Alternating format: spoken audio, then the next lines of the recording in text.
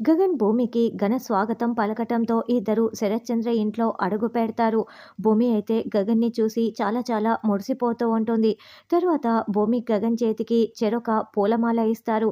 ఇప్పుడు మీరిద్దరూ ఒకరికి ఒకరు పూలమాల వేసుకోవాలన్నమాట అని చెర్రీ చెప్తూ ఉంటే గగన్ చాలా సీరియస్గా కేపీ వైపు చూస్తూ ఉంటారు.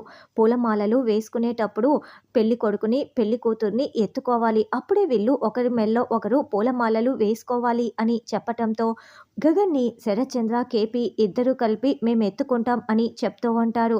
దాంతో గగన్ కేపీ వైపు చాలా సీరియస్గా చూస్తూ ఉంటే నేను నీ తరపున కాదు, భూమికి మేనమామగా భూమి తరపున నిన్ను ఎత్తుకుంటాను అని కేపీ చెప్పటంతో గగన్ సరేనంటూ మౌనంగా ఉంటాడు. దాంతో శరత్చంద్ర కేపీ ఇద్దరు కలిపి గగన్ని ఎత్తుకుంటే భూమిని అపూర్వ నక్షత్ర ఇద్దరూ కలిపి ఎత్తుకొని ఉంటారు.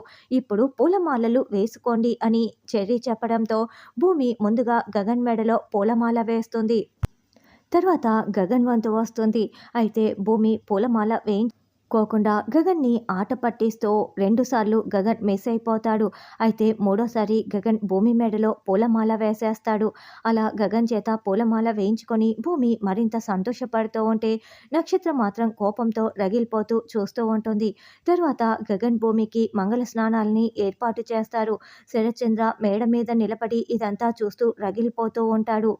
భూమి తన చేతిలో ఉన్న నీళ్ళని గగన్పై పోస్తూ ఉంటే గగన్ కూడా భూమి చుట్టూ తిరుగుతూ భూమిపై నీళ్లు పోస్తూ ఉంటే భూమి మరింత సంతోషపడుతూ ఉంటుంది.